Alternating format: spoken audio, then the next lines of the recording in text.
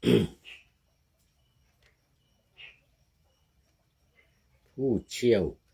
ชาญกฎหมายในสหรัฐกว่า100 คนได้ออกมาคอยเตือนว่าปฏิบัติการโจมตีอิหร่านนะสหรัฐอาจผิดฐานที่เป็นอาชญากรรม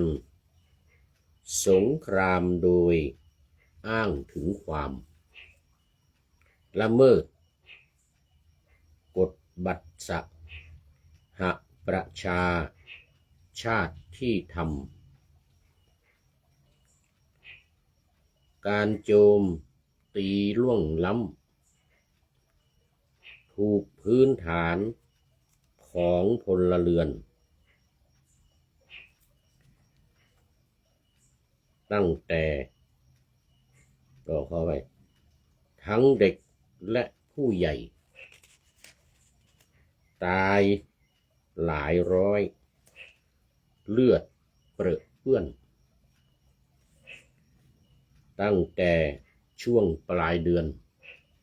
กุมภาพันธ์ผิดชัดเจน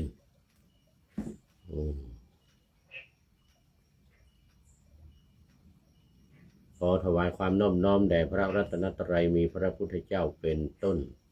ขอถวายความเคารพพระมหาเถระพระเถรานุเถระเจ้าคณะพระสังฆาธิการทั่วโลกมีพระเดชพระคุณพระธรรมเสนาบดีเจ้าคณะภาค7วัดพระธาตุดอยสุเทพเป็นต้นและขออำนวยพรแด่ท่านผู้ฟังท่านผู้ชมสาธุชนพุทธบริษัททั้งหลายมีคุณโยมพิษสมัยศรีเทพธรรมรงค์เป็นต้นโอ้วันนี้โยมพิษสมัยศรีเทพธรรมรงค์จากลำปางเข้ามาแต่หัวรุ่ง เรียกว่าไก่ยังไม่ทันโหสุริโยยังไม่จับขอบฟ้าปะหน้าธรรมาสเมื่อกี้นี้ยังไม่ทันเสร็จเข้ามาแล้ว โอ้โมทนาโมทนามาด้วยกระพุ่มมือที่สวยงามว่าเครื่องหมายว่าสาธุสาธุ โอ้วันนี้เป็นสิริมงคลตั้งแต่เช้าตรู่เลยทีเดียวเนี่ยโยมพิษสมัย FC ตัวจริงจากลำปางเข้ามาในวันนี้โมทนาเป็นอย่างยิ่งวันนี้รายการพระไตรปิฎกลอยฟ้าก็ลอยมาจากวัดพระธาตุดอยสุเทพราชวรวิหาร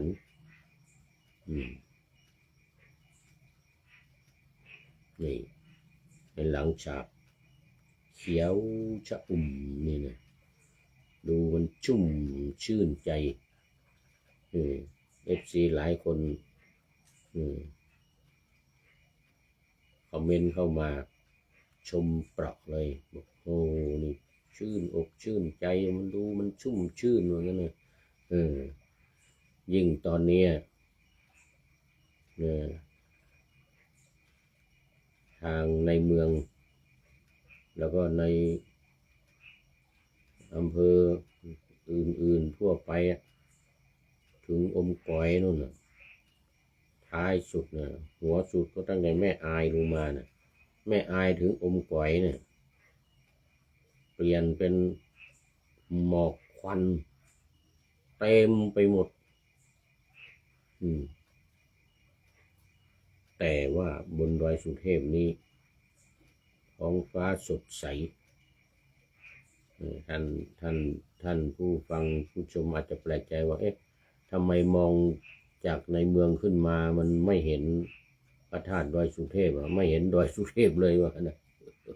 จะไปเห็นอย่างไรก็มันหมอกควันมันคลุมในอำเภอเมืองหมดแต่มันขึ้นมา มันไม่ถึงบนยอดดอยสุเทพนี่อยู่บนดอยสุเทพนี่สบายไม่มีกลิ่นไม่มีควันไม่มีอะไรอากาศดีท้องฟ้าแจ่มใสข้างบนนี่นะแต่มองลงไปในเมืองไม่เห็นอะไรไม่เห็นอะไรเลยเพราะว่าเนี่ยหมอกที่ปกคลุมอำเภอเมืองจังหวัดเชียงใหม่สมัยก่อนที่เป็นสีชมพูสีวันเกิดสีชมพูนี่นะโยมวิทย์สมัยเป็นสีชมพูจนฝรั่งสมัยนั้นน่ะเป็นบาทหลวงจากฮอลแลนด์ได้ข่าวนะมาสร้างโรงพยาบาลแมคคอมิกเลยบาทหลวงชื่อแมคคอมิกจากฮอลแลนด์จากประเทศเนเธอร์แลนด์ขึ้นมาบนดอยสุเทพแล้วมองลงไปอันนี้พูดหลายครั้งแล้วไม่เป็นไรพูดอีกก็ได้มองลงไปเนี่ยอำเภอเมืองเชียงใหม่เนี่ยมันเป็นสีชมพูนี่โอ้เมืองพิงว่างั้นนะฝรั่งว่านะฝรั่งบาทหลวงว่านะเมืองพิงว่างั้นนะลงไปพูดในเมืองนู่นหลวงศรีประกาศเลยตั้งชื่อเมืองเชียงใหม่ว่านครพิงนี่ที่มาเป็นอย่างนี้เรื่องว่านะจนคนมาทำไปแต่งเพลงร้องเลยบอกว่าพิงคะนครสมนามกรนครเชียงใหม่ว่างั้นนะโอ้มันเป็นสีชมพูแต่เดี๋ยวนี้มันสีขาว ตอนนี้มันสีขาวสีเมฆอุ้มฝนนะสีเมฆอุ้มฝนขาวดำทะมึนมองไม่เห็นอะไรเลยแทนที่จะเป็นสีชมพูโอ้ตอนนี้เสียชื่อนครเชียงใหม่แล้วเสียชื่อนครพิงค์ขออภัยเสียชื่อนครพิงค์มากเลยเพราะมันไม่เป็นสีชมพูมันเป็นสีขาวสีขาวสีมนสีขาวสีมนสีเมฆอุ้มฝนเนี่ยมันหมอกควันเนี่ยเลยตอนนี้ไม่อยากจะลงไปในเมืองแต่ก็จำเป็นต้องไปเดี๋ยววันที่10นี่จะต้องไปโรงพยาบาลจะต้องใส่หน้ากากอะไรนี่เนี่ยจะต้องใส่หน้ากากปิดจมูกสัก2-3 ชั้นนะหน้ากากใส่สัก2-3 ชั้นยังหายใจไม่ได้อยู่แล้วมึงเนี่ยใส่หน้ากากให้แน่นเลยปิด2-3 ชั้นเลยไม่ให้ควันเข้าให้ควันเข้าจมูกถ้าไม่ใส่เนี่ยตกเย็นมาแล้วแค่จมูกออกมานี่ดำปีเลยอ่ะจมูกนี่ดำปีเลยอ่ะควันเข้าไปอ่ะมันกันฝุ่นได้อยู่ไอ้ขนจมูกเรานี่นะเพราะฉะนั้นก็อย่าถอนนะนี่เป็นเคล็ดลับนี่ที่หมอบอกไว้บอกว่าอย่าถอนเด็ดขาดนะอย่าถอนขนจมูกถ้าใครขนจมูกยาวให้เอากรรไกรเล็กๆตัดเอาปลายกรรไกรนี้ตัดนะอย่าไปถอนขนจมูกนะมันบัง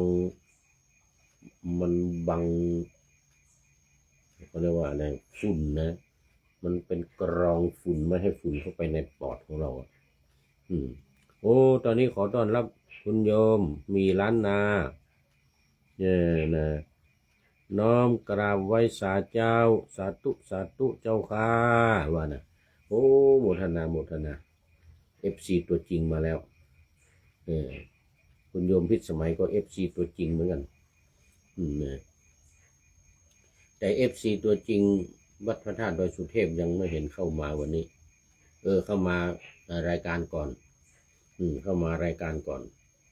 เมื่อวานนี้ตัวจริงมาที่ห้องสตูดิโอนี่เลยมาชมห้องทรงเหมือนนะมาชมห้องทรงมันนั่งอยู่นี่เลยมันนั่งอยู่ข้างๆนี่ FC ตัวจริงวัดพระธาตุดอยสุเทพท่านสุริยันคำปากหรือท่านเปรมเดี๋ยวเขาเรียกกันว่าท่านเปรมหรือเรียกกันว่าเสียใหญ่ป๋าเปรม มันนั่งในห้องทรงนี่เลยเนี่ยมันในห้องสตูดิโอนี่เลยวันนี้โยมพิสมัยเข้ามาตั้งแต่ไก่ไม่โหตั้งแต่ไก่ไม่โหเลยแล้วตอนนี้ขอโมทนาวันนี้วันที่5 เมษายนขอโมทนาขอบคุณท่านอาจารย์พระธรรมสุทธจิตโตวัดพระธาตุศรีจอมทองที่มาอบรมนี่แหละมาอบรมท่องสวดปาติโมกข์นี่นะมาอบรมนี่แล้วก็เป็นเจ้าภาพทั้งน้ำปานะทั้งภัตตาหาร 4,000 บาทขอโมทนาเป็นอย่างยิ่งขออำนวยอวยพรให้มีความสุขมีความเจริญมุ่งมา่ปรารถนาสิ่งใดอันเป็นไปโดยชอบประกอบด้วยธรรมก็ขอให้พลันสำเร็จในที่ทุกสถานในการทุกเมื่อไปที่ไหนไม่อดไม่อยากทั้งชาตินี้และชาติหน้าเกิดอยู่ที่ไหนไม่อดไม่อยากเป็นเจ้าภาพภัตตาหารกับน้ำปานะนี่นะสาธุโมทนาเป็นอย่างยิ่ง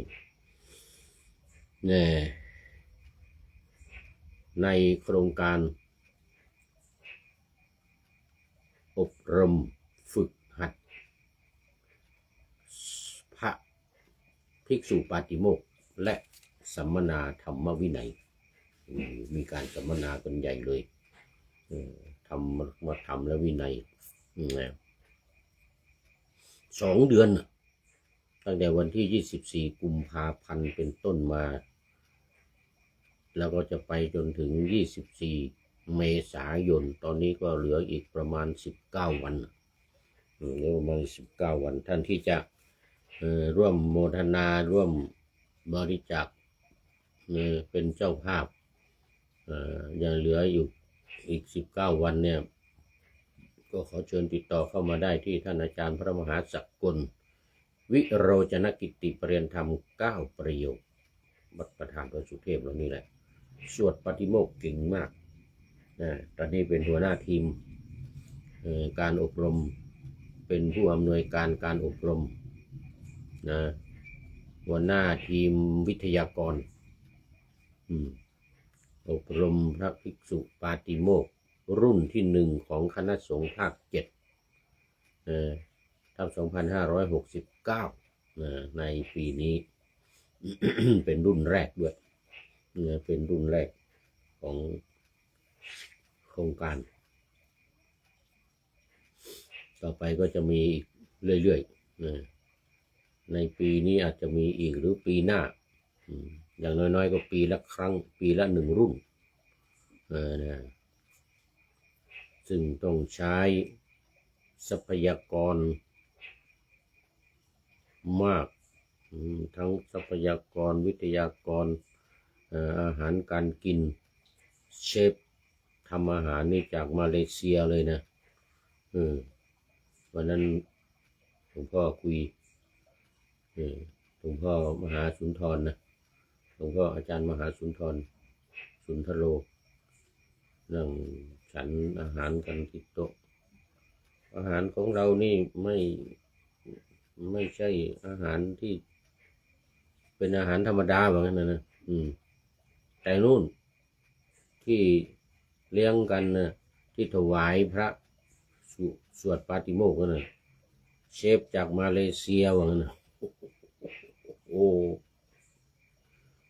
วันหลังมานี่ก็เลยไปสืบดูปรากฏว่าเป็นเชฟที่เคยอยู่มาเลเซีย แต่ตอนนี้มาบวชเป็นพระอยู่วัดเรานี่นะ โยมมีล้านนา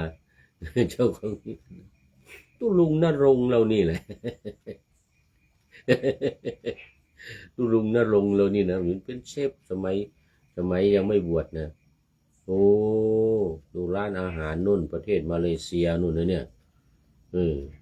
แต่พอมาบวชนี่เราก็โอ้โหฝีมือในการทำอาหารเดี๋ยวนี้ทุกวันเลยถวายพระภิกษุปาติโมกข์คนจึงเป็นที่มาว่าเชฟมาเลเซีย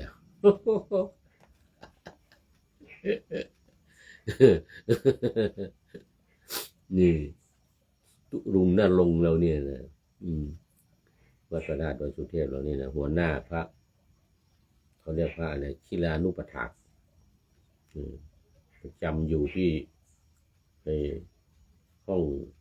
ปฐมพยาบาลทางหน้าวัดบนหางบันไดนาคห้องปฐมพยาบาลนี่เป็นหัวหน้าเป็นหัวหน้าปฐมพยาบาลคิลานุปถากอุปถากพระเถระแล้วก็มีฝีมือในการทำอาหารซะด้วยโอ้โหเพิ่งมารู้นี่นะว่าตุลุงนรงค์เราเนี่ยเป็นเชฟมาจากมาเลเซียวันแรกทึ่งกันมากเลยโอ้ก็เลยเป็นที่มาของว่าเราต้องขอมาฉันบ้างที่เนี่ยที่บนศาลาเราเนี่ยบนโรงฉันเราเนี่ยทำให้โน่นก็จริงก็ต้องแบ่งมาที่เราบ้างนี่วันต่อมาได้ผลตอนนี้ขึ้นมาละวันละถ้วย2 ถ้วยวันละอย่าง2 อย่างบางทีบางวัน3 อย่างเนี่ยบางวัน3 อย่างเขาตักขึ้นมาถวายที่โรงครัวที่โรงฉันเรานี่นะที่โรงฉันของพระเรานี่นะปกติมีแต่อาหารที่ทางวัดทำเป็นเชฟจากไหนจากก๋อยว่างั้น เชฟจากก๋อยใครซื้อมาจงรักว่างั้นนะจงรักเป็นหัวหน้า ก็จริงหัวหน้าจริงๆคือโยมชวนวัยวัจกรเป็นหัวหน้าครัวหัวหน้าเรื่องทำอาหารถวายพระแต่ว่าตอนนี้สู้เชฟมาเลเซียไม่ได้แล้ว สู้เชฟมาเลเซียไม่ได้ตอนนี้ฉันอาหารเชฟมาเลเซียทุกวันเลยนี่รวมทั้งอาหารของลุงชวนรวมทั้งอาหารของเชฟมาเลเซียเลยกลายเป็น4 อย่าง5 อย่างให้เต็มโต๊ะ แต่ละวันนี้นะ4 อย่าง5 อย่างบางวัน6 อย่างเนี่ยถ้าของเชฟมาเลเซียขึ้นมา3 อย่างเลยนะของเรา3 อย่างก็เป็น6 อย่างเลยเต็มโต๊ะเลยทีนี้โอ้โหสุดยอดเลยเอามาตอนนี้ก็เข้ามาสู่เดี๋ยวสำหรับที่ท่านจะเสริมเพิ่มเติมเป็นเจ้าภาพเพิ่มเติมก็หมายเลขโทรศัพท์0918599053ท่านอาจารย์พระมหาสกลประเรียนธรรม9 ประโยคนะ0918599053ทีนี้ท่านอาจารย์พระมหากิตติพงศ์ประเรียนธรรม9 ประโยคเหมือนกันจากวัดพระธาตุศรีจอมทองมาเป็นวิทยากรอยู่นี่นะ0949101043นี่0949101043ตามอัธยาศัยโทรเข้ามาโดยตรงเลยเป็นเจ้าภาพแล้วก็ขอเชิญมาร่วมกันประเคนฟังสวดฟังรับพรจากพระสงฆ์ที่มาฝึกอบรมพระภิกษุไตรภิกษุปาติโมกข์ ภิกษุปาติโมกข์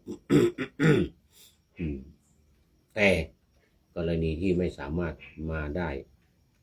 ด้วยตนเองนะอาจจะอยู่ไกลหรือมีงานอยู่ใกล้ก็ตามแต่มีงานอาจจะอยู่ในเชียงใหม่แต่ว่ามีงานมาไม่ได้หรืออยู่ในต่างจังหวัดต่างประเทศหรือต่างทวีปแอฟริกาทวีปอเมริกายุโรปออสเตรเลียอย่างนี้อยู่ที่ไหนก็โอนเข้ามาได้บัญชีธนาคารกสิกรไทยในนามวัดพระธาตุดอยสุเทพ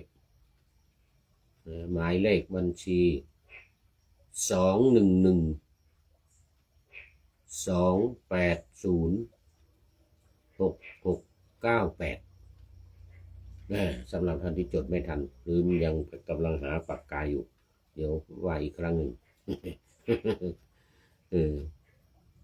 211280698โอนเข้ามา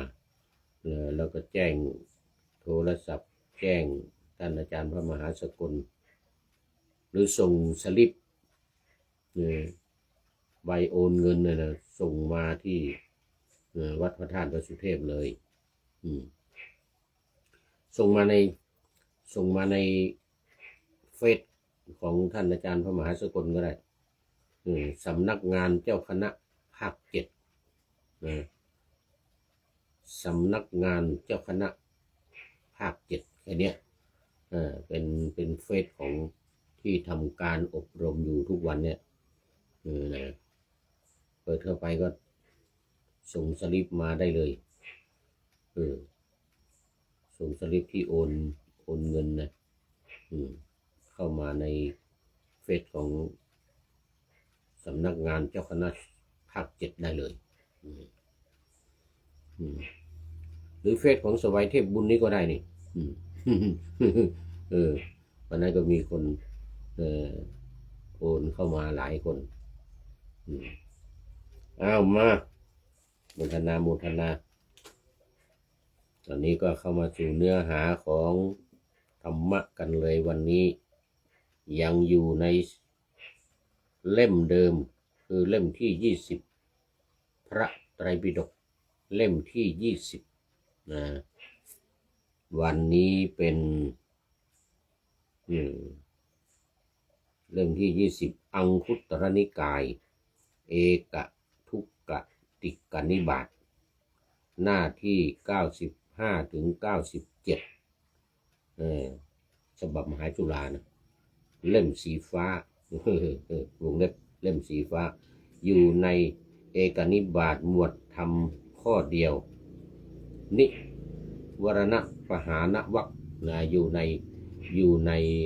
ปหานวรรควรรคที่ว่าด้วยการละนิวรณ์วรรคที่ว่าด้วยการละนิวรณ์ซึ่งเน้นสอนเรื่องการเจริญจิตภาวนาสอนจิตเรื่องภาวนาเพื่อละกิเลส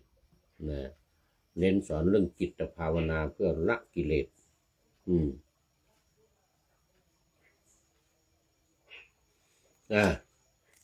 เพื่อละกิเลสนะประเด็นหลักในเรื่องเนื้อหาช่วงนี้นะตามลำดับอ้างอิงของสยามรัฐ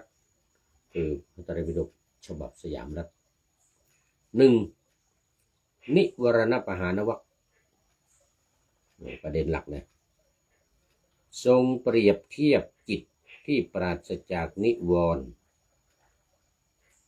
ธรรมที่กั้นความดี5อย่างว่าเป็นจิตที่ผ่องใสเจริญก้าวหน้าในธรรมได้รวดเร็วและทรงเน้นย้ำถึงความสำคัญของการละนิวรณ์เพื่อให้จิตตั้งมั่นอยู่ในสมาธิพูดถึงนิวรณ์นี่ก็มี5อย่าง1ความชอบ 2ความชัง3ความง่วง4ความฟุ้ง5ความสงสัยชอบชังง่วงฟุ้งสงสัยนี่5อย่างนี้ ความชอบก็คือกามฉันทะวันนี้พอใจในกามซะด้วยชอบใจในกามก็คือกามคุณทั้ง5รูปเสียงกลิ่นรสและสิ่งของหรือเรียกว่าสัมผัสก็ได้รูปเสียงกลิ่นรสโผฏฐัพพะคือสิ่งของที่มากระทบกายเราทุกส่วนในร่างกายเนี่ยกระทบกายเราทุกส่วนในร่างกายนี้เขาเรียกว่าโผฏฐัพพะทั้ง5อย่างนี้เป็นเครื่องเขาเรียกว่าทำที่กั้นความดี5อย่าง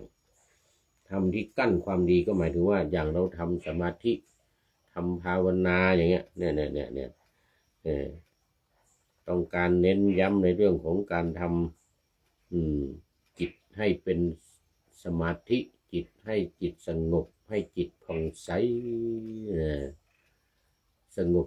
นิ่งจนเป็นอุปจารสมาธิอัปปนาสมาธิแล้วก็เกิดปัญญาเพราะว่าเมื่อจิตสงบแล้วมันย่อมจะเกิดปัญญาและสามารถนำปัญญานั้นไปตัดกิเลสสังโยชน์พวกเป็นโสดาบันบ้างสกทาคามีบ้างอนาคามีบ้างอรหันต์บ้างนะอันนี้มีโยมจิรประภาเข้ามาเข้ามาสาธุแต่ว่าไม่ได้คอมเมนต์แต่ว่าเข้ามาชม โมทนาจากกรุงเทพมหานคร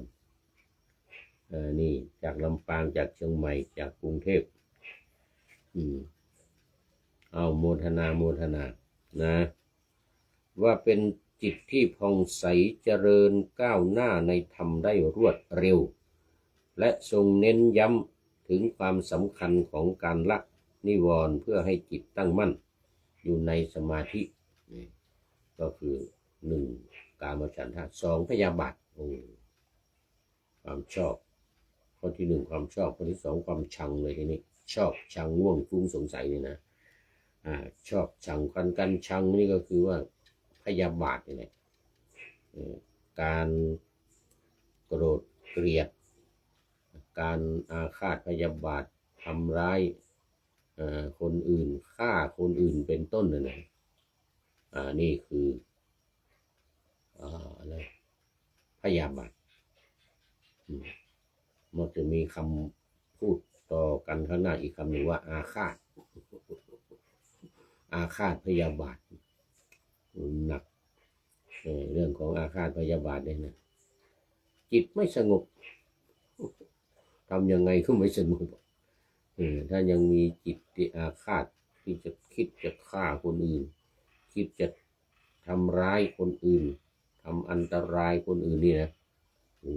มันไม่สงบมันหาเรื่องที่จะสงบไม่ได้สมาธิยังไม่ต้องถามถึงอันนี้ก็คือต้องกำจัดมันไปไอ้นิวรณ์5อย่างนี่นะความชอบความชังพยาบาทความง่วง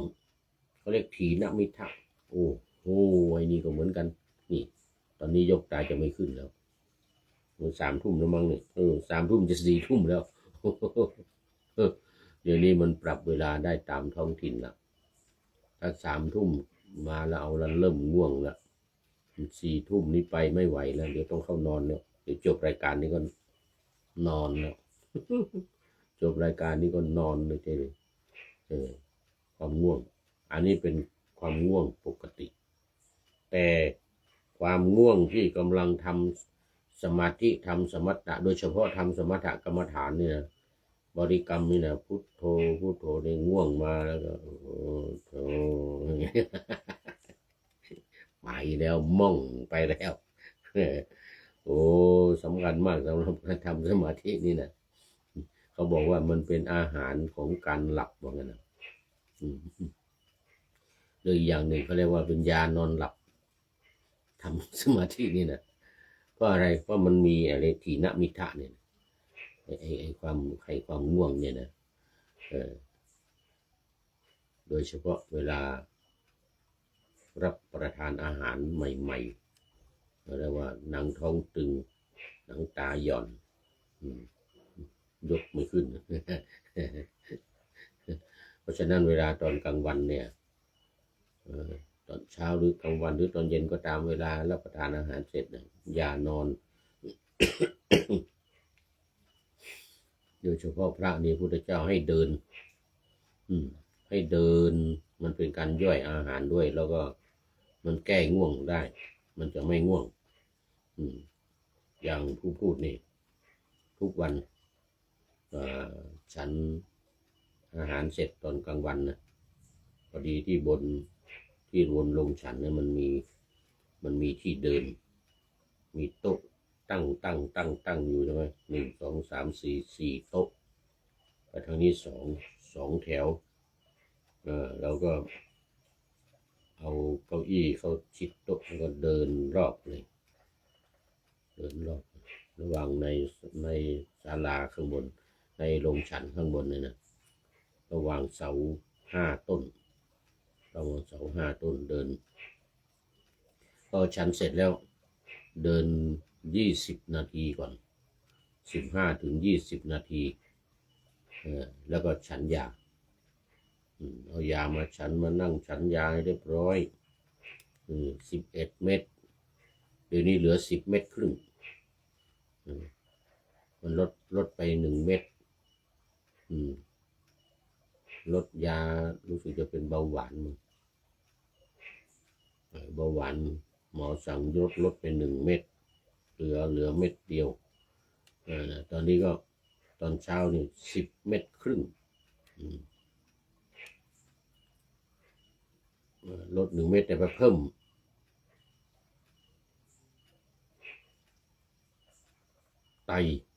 ค่าไตสูงหน่อยก็ไปเพิ่มป้องกันไตเสื่อมนี่อีกครึ่งเม็ด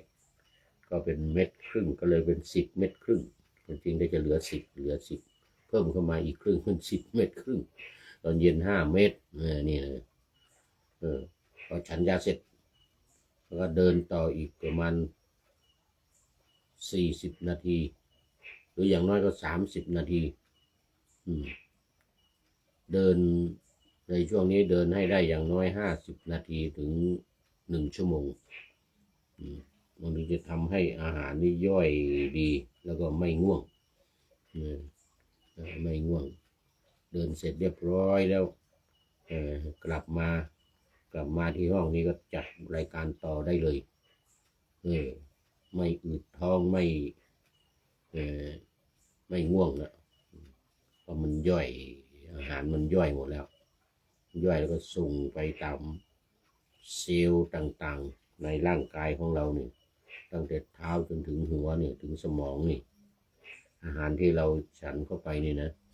พอมันย่อยเสร็จนะยกเว้นขี้กากมันนะขี้กากมันก็ออกขี้กากมันก็จะออกไปทางทวารหนัก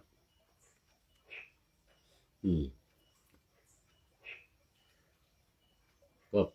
ทำงานได้สบายเลยอย่าไปนอนถ้านอนแล้วอ้วน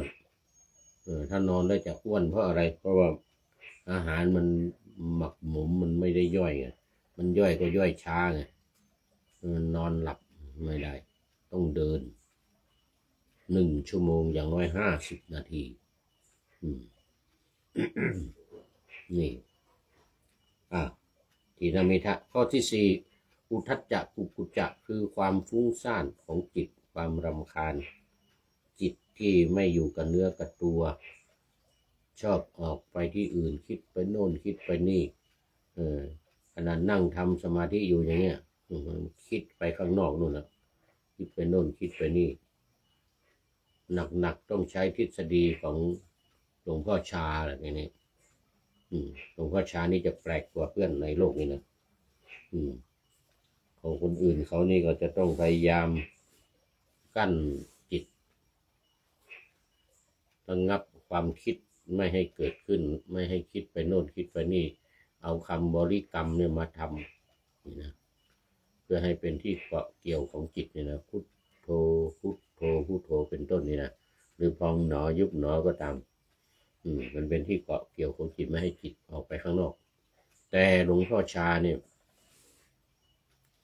แปลกกว่าเพื่อนในโลกนี้เลยทีเดียวคือไม่ให้ไปดึงจิตไว้ไม่ให้ไปป้องกันจิตไม่ให้มันคิดไม่ใช่งั้นว่ะต้องปล่อยให้มันคิดไปนั่งดูมันดูว่ามันจะคิดเรื่องอะไรปล่อยมันคิดไปมันเหนื่อยแล้วมันหยุดเองหลวงพ่อชานะหลวงพ่อชาสุภัทโทนะวัดหนองปากพุงที่นี่จังหวัดอุบลราชธานีนะวัดหนองปากพงหลวงปู่ชาดังไปทั่วโลกเลยอะไรทำอะไร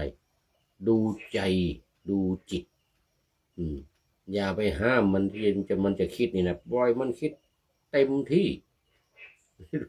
เดี๋ยวมันเหนื่อยมันหยุดเองหลวงปู่ชาเรานี่นะโอ้โหสุดยอดเลยอ่ะ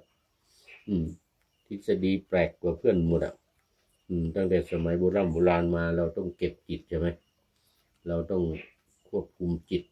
ต้องรักษาจิตไม่ให้คิดไปโน่นคิดไปนี่ให้อยู่ในการบริกรรมอย่างใดอย่างหนึ่งพุทโธพุทโธพุทโธเนี่ยหรือพิจารณาสภาวะธรรมตามความเป็นจริงในอารมณ์ของวิปัสสนาอย่างนั้นไม่ให้จิตออกไปข้างนอกแต่หลวงปู่ชาไม่อย่างนั้นหลวงปู่ชาบอกอย่าไปกั้นมันอย่าไปกั้นจิตอย่าไปยื้อไปยุดไปฉุดมันมามันจะคิดอะไรปล่อยมันคิดไปนั่งคิดเรื่องดูตามเรื่องความราวของมันนั่งให้สงบปล่อยมันคิดไปดูมันจะคิดอะไรนานเท่าไหร่เหมือนกันไม่ถึงชั่วโมงกลับมาแล้วเหมือนกันหลวงปู่ชาว่านะรับรองไม่ถึงชั่วโมงมันหยุดคิดเองอันนี้เราก็จะทำสมาธิทำอะไรก็ทำไปได้สบายมันไม่คิดไปข้างนอกแล้วมันหยุดเองมันเหนื่อย มันเหนื่อยมันเหนื่อยแล้วมันหยุดเองเพราะฉะนั้นอุทธัจจะกุกุจจะเนี่ยสำหรับหลวงปู่ชานี่กระจอกงอกง่อยอย่าไปกลัวมันอย่าไปสนใจมันว่ะอย่าไปกลัวมันปล่อยมันคิดไปปล่อยมันฟุ้งซ่านไปมันจะฟุ้งซ่านไปไหนมันมีไปเรื่องอะไรปล่อยมันตามดูมันไปเหมือนกันน่ะปล่อยมันไปตามเรื่องตามดูมันไปเดี๋ยวมันก็เหนื่อยเหมือนกันเดี๋ยวมันก็หยุดคิด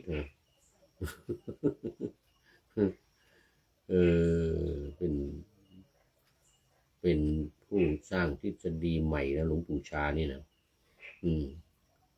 ปล่อยตามความคิดปล่อยมันไปดูมันไปด้วยนะแต่ไม่ใช่ว่าปล่อยไปเรื่อยเปื่อยนะแต่ต้องดูมันไปด้วยผมดูมันคิดอะไร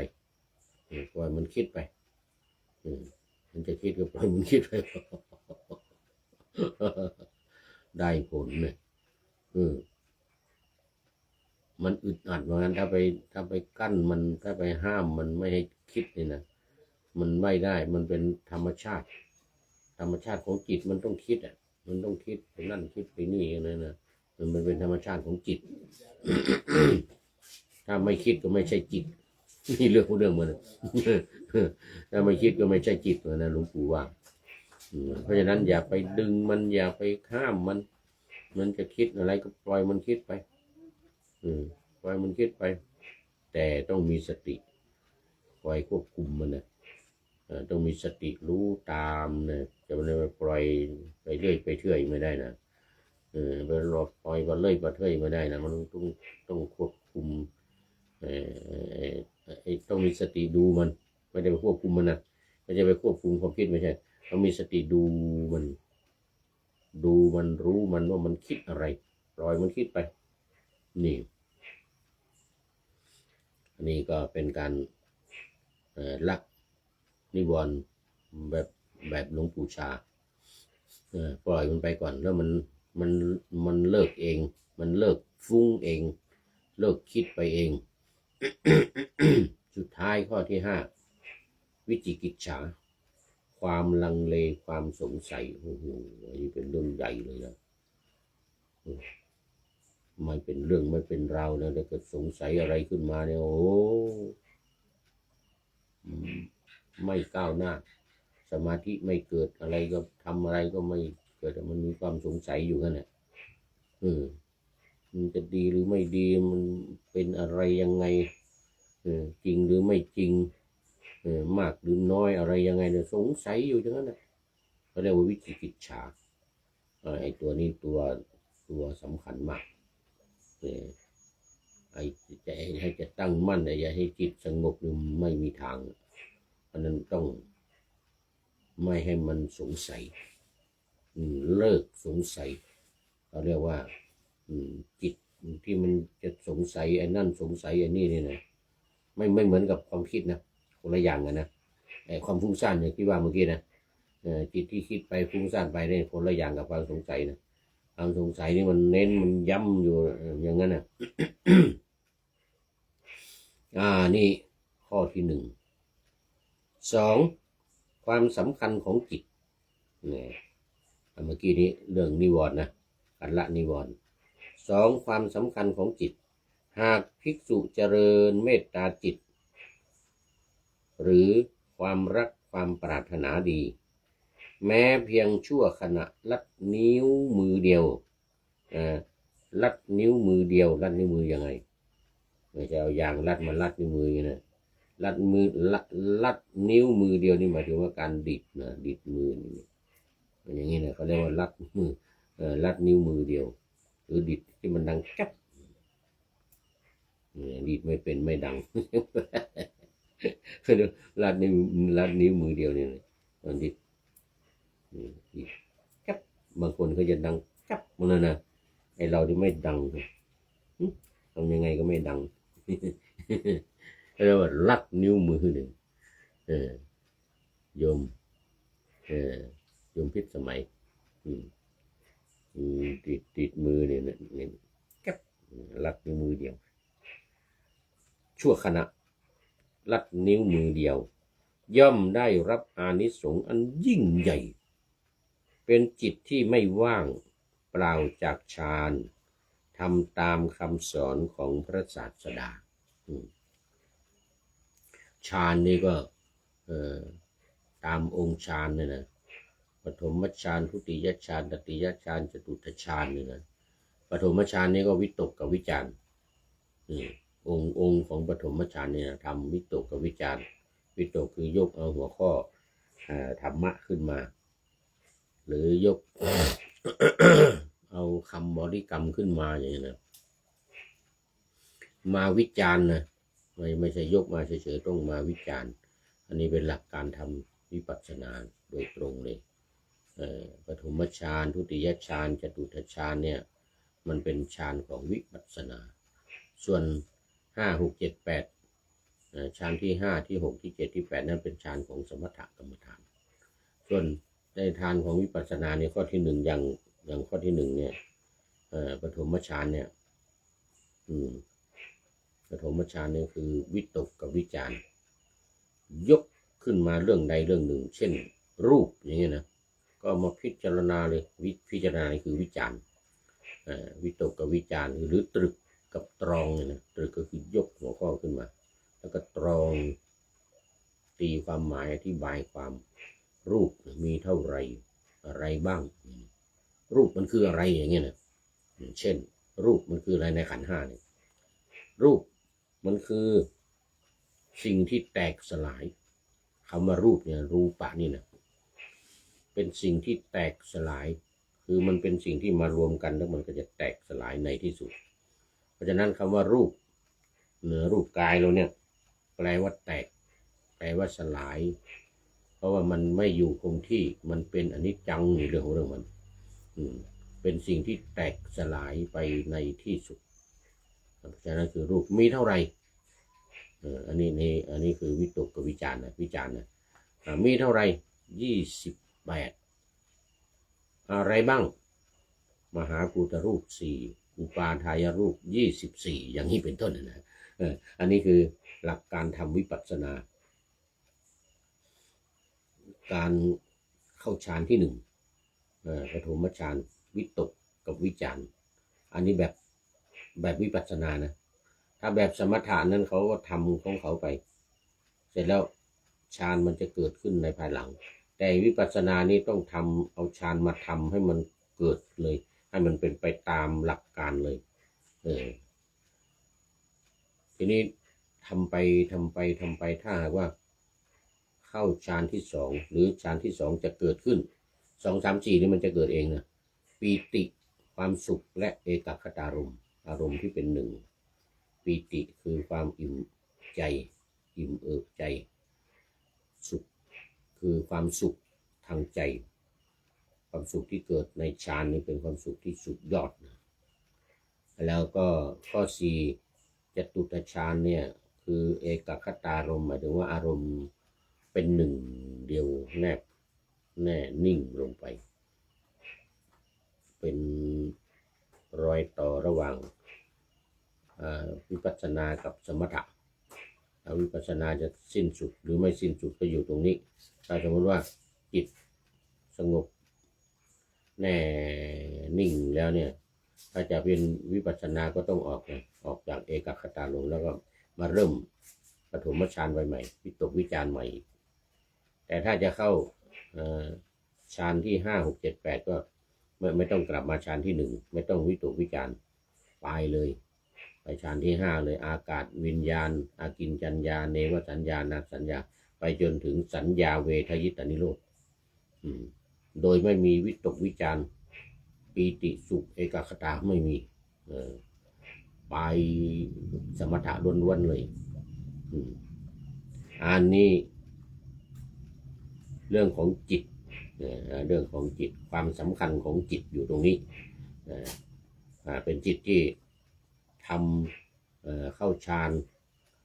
ทำตามคำสอนของพระศาสดาหรือเข้าฌานที่ว่านี่ก็คือพิจารณาตามหลักการ73ข้อนั่นแหละขันธ์5อายตนะ12ธาตุ18อินทรีย์22อริยสัจ4ปฏิจจสมุปบาท12รวมแล้วเป็น73ข้อแล้วสรุปลงในไตรลักษณ์คืออนิจจังทุกขังอนัตตาเป็น76เพราะนั้นก็การทำวิปัสสนาเนี่ยก็เข้าฌานตั้งแต่ฌานที่1ไปอย่างเงี้ยวิตกวิจารยกขึ้นมาขันธ์5มาอายตนะ12มาธาตุ18มาอินทรีย์22มาอริยสัจ4มาสุดท้ายปฏิจจสมุปบาทอวิชชาเป็นต้นมาเลยสังขาราวิญญาณังนามารูปสลายตนะปัสสะเวทนาตัณหาอุปาทานไปตามลำดับเลย อันนี้คือการเข้าวิปัสสนาการปฏิบัติวิปัสสนาโดยการเริ่มแรกการเข้าฌานเข้าปฐมฌานเพราะฉะนั้นจิตที่ไม่ว่างเปล่าจากฌานคือจิตที่ทำวิปัสสนาอย่างนี้อารมณ์ของวิปัสสนานี่อยู่ในจิตตลอดเวลาตั้งแต่ขันธ์5ไปจนถึงปฏิจจสมุปบาทวนเวียนกันอยู่อย่างนี้นี่เป็นข้อที่2ข้อที่3ความสำคัญนะคำสอนเป็นการกระตุ้นให้ภิกษุตั้งใจฝึกจิตละนิวรณ์กามฉันท์พยาบาทถีนมิทธะอุทธัจจะกุกุจจะวิจิกิจฉาเพื่อมุ่งสู่ความหลุดพ้นนะอันนี้คือคำสอนในหัวข้อที่3นี่ว่าคำสอนเป็นการกระตุ้นให้พระเนี่ยให้ใจของเราเนี่ยให้พระเนี่ยตั้งใจฝึกจิตนะฝึกจิตของเราฝึกยังไงฝึกก็ให้ละนิวรณ์ทั้ง5อย่างความชอบความชังความง่วงความฟุ้งความสงสัย5อย่างเนี่ยชอบชังง่วงฟุ้งสงสัยเนี่ย ให้ออกไปจากใจของเราอย่าให้มีค้างอยู่ในใจของเราทุกอย่างยกเว้นสายหลวงปู่ชาอย่างว่านะในอุทจักกุกุจักนะมันปล่อยมันเตลิดเปิดเปิงไปตามอารมณ์ตามความคิดตามอะไรของมันไปอันนี้ยกเว้นหลวงปู่ชาหน่อยส่วนตามหลักการเดิมตามหลักที่เราทำกันอยู่ก็คือว่าควบคุมควบคุมจิตของเราไม่ให้มีกามฉันท์มาครอบครองไม่มีถีนมิทะเข้ามาครอบครองครอบงำไม่ให้มีพยาบาทเข้ามาครอบงำไม่ให้มีความสงสัยความฟุ้งซ่านของจิตเข้ามาครอบงำจิตไม่ให้มีความสงสัยลังเลเข้ามาครอบงำจิตอย่างนี้อันนี้คือการละนิวรณ์ตามคำสอนของพระศาสดาสัมมาสัมพุทธเจ้านี่เอาละคราวนี้หมดนะหนึ่งละนิวรณ์สองความสำคัญของจิตสามคำสอนของพระศาสดาที่คอยกระตุ้นจิตใจของเราให้ทำแต่การฝึกจิตทำแต่การฝึกจิตเอาละดูไปดูมาหมดเวลาคุณโยมจากมีล้านนาอย่างร้านมีล้านนาเป็นท่านสุดท้ายเข้ามาในรายการวันนี้ขอแสดงความยินดีอนุโมทนาเป็นอย่างนี้เข้าสู่เส้นชัยของรายการพอดีเลยมาดูข้อคิดท้ายรายการใหม่วันนี้ได้จากไหนน้อแลเดี๋ยวดูก่อนaround the world โอ้โหนิวข่าวจากทั่วโลก around the world เป็นข้อมูลจาก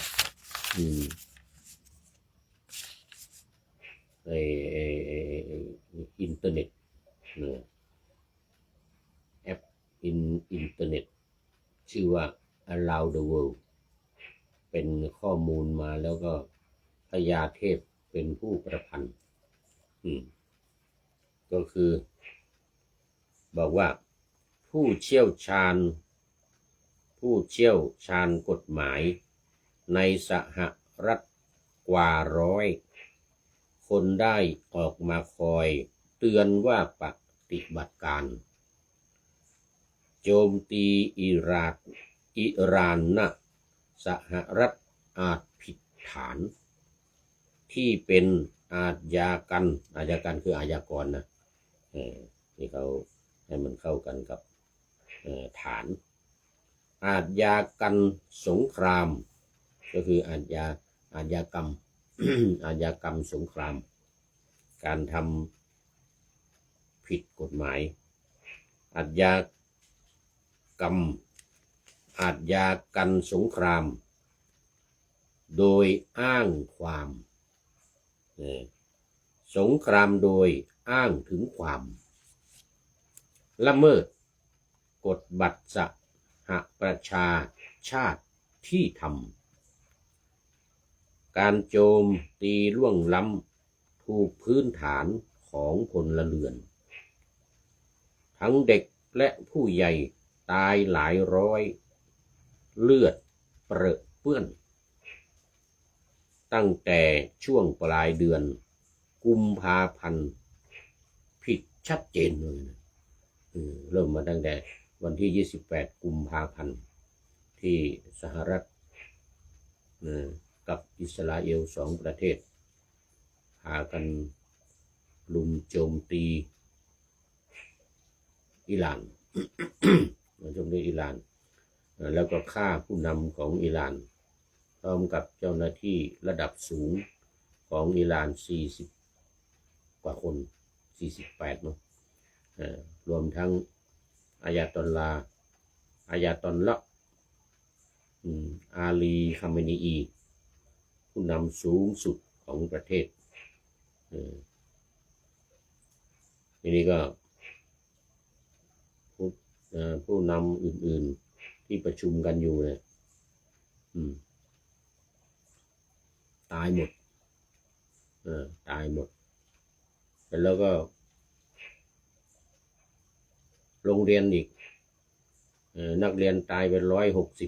160นักเรียนตัวเล็กๆอายุ2 ขวบ 3 ขวบนี่ก็ตายด้วยถึงนักเรียนใหญ่ระดับประถมอายุ7 ขวบ 8 ขวบ 10 ขวบตายกันระเนระนาดอันนี้เรียกว่าผิดกฎบัตรสหประชาชาติเป็นอาชญากรรมอาชญากรสงครามเป็นอาชญากรรมคือการกระทำผิดกฎบัตรสหประชาชาตินี่อันนี้นักกฎหมายในอเมริกาเป็นร้อยกว่าคนเนี่ยนะ100 กว่าคนนี้ออกมาเตือนรัฐบาลบอกว่าการปฏิบัติการโจมตีอิหร่านในครั้งนี้นะผิดกฎหมายนะผิดกฎบัตรสหประชาชาติเพราะว่าไปโจมตีพลเรือนไปถูกฐานของพลเรือนพลเรือนตายโดยเฉพาะผู้นำเนี่ยซึ่งในโลกไม่มีใครทำกันสงครามขนาดไหนก็ไม่เคยมีการฆ่าผู้นำเนี่ยแต่ว่าคราวนี้แปลกประหลาดมากสหรัฐกับอิสราเอลนี่เด็ดหัวผู้นำตอนนี้50 กว่าคนละหลังๆมานี้ก็ยังฆ่าอีกเพราะว่าการทหารเรือหรืออะไรต่างๆนี่นะแต่อิหร่านไม่ทำในเรื่องของแต่ก็บอกไว้เหมือนกันว่าจะแก้แค้นล้างแค้นให้กับผู้นำของตัวเองจะไปเด็ดหัวเนทันยาฮูกับผู้นำสหรัฐเหมือนกันประกาศไว้แต่ไม่ทำนะแต่ยังไม่ทำเพราะว่าเรื่องสงครามเนี่ยเขาจะไม่มีการฆ่าผู้นำนะขนาดฮิตเลอร์นี่นะยังไม่มีใครฆ่านะแต่ต้องฆ่าตัวตายฆ่าเองฆ่าตัวตายเองไม่มีใครฆ่าต่างประเทศถึงแม้ว่าจะชนะสงครามเขาก็ไม่ฆ่าผู้นำกันในอดีตจนถึงปัจจุบันเนี่ยมีครั้งนี้เป็นครั้งแรกที่อิสราเอลกับสหรัฐไม่รู้คิดยังไงสูตรยังไงเด็ดหัวผู้นำฆ่าผู้นำแล้วก็ฆ่าคณะฆ่าคนเป็นผู้นำของรัฐบาลเช่นนายกรัฐมนตรีหรือประธานาธิบดีเรื่อยเนี่ยซึ่งไม่มีใครทำกันมาในโลกอันนี้นักกฎหมายของสหรัฐเลยนักกฎหมายของสหรัฐเนี่ยออกมาชี้ออกมาเตือนรัฐบาลเตือนประธานาธิบดีทรัมป์แต่ว่ามันไม่มีประธานาธิบดีทรัมป์เป็นคนที่ไม่เชื่อฟังหรอกต้องประกาศจะฆ่าผู้นำของอิหร่านให้หมดตอนแรกว่าจะให้หมดแล้วก็จะเข้าปกครองเมื่อผู้นำไม่มีแล้วจะเข้าปกครองบ้านเมืองเปลี่ยนผู้นำเอาคนของตัวเองเนี่ยเข้าเป็นผู้นำแทนอย่างเงี้ยแต่ว่ามันยังไม่สำเร็จมันยังทำไม่ได้นักกฎหมายก็เลยเตือนกันใหญ่เลยทีนี้เอาละตอนนี้ขอบคุณaround the world news ข้อมูลเกี่ยวกับเรื่องของนักกฎหมายผู้เชี่ยวชาญทางด้านกฎหมายของสหรัฐอเมริกาสุดยอด แล้วขอบคุณเป็นอย่างยิ่งขอนำพระไตรปิฎกลอยฟ้าไปจากผู้ฟังทั้งหลายในโลกล่าวันต่อไปจะได้จรย้อนกลับมาสู่สถานีใหม่ให้ท่านฟังอย่าลืมเปิดวิทยุหรือเครื่องรับโทรศัพท์โมบายคอมพิวเตอร์ผัง YouTube เฟซเพจไลน์ให้ดังๆเพื่อชมฟังรายการวันต่อไปขอทุกท่านมีความสุขทุกคืนวันนำธรรมะประกอบการงานทั้งหลายเช่นขยันทำงานทางวาจากายใจขวนขวายกิจการงานนานา บำเพ็ญสาธารณประโยชน์เว้นสิ่งที่มีโทษโหดเยี่ยงสา